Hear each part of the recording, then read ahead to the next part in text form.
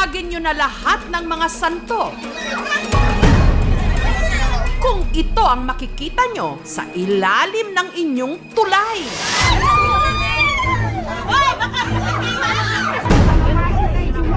Ayan, ilawan mo lang siya, ilawan. Nagraming ngipin niya, uy.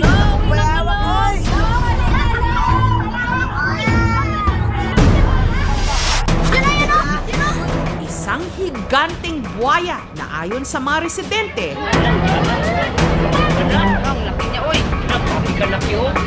posibleng mas malaki pa sa minsang may hawak ng titulo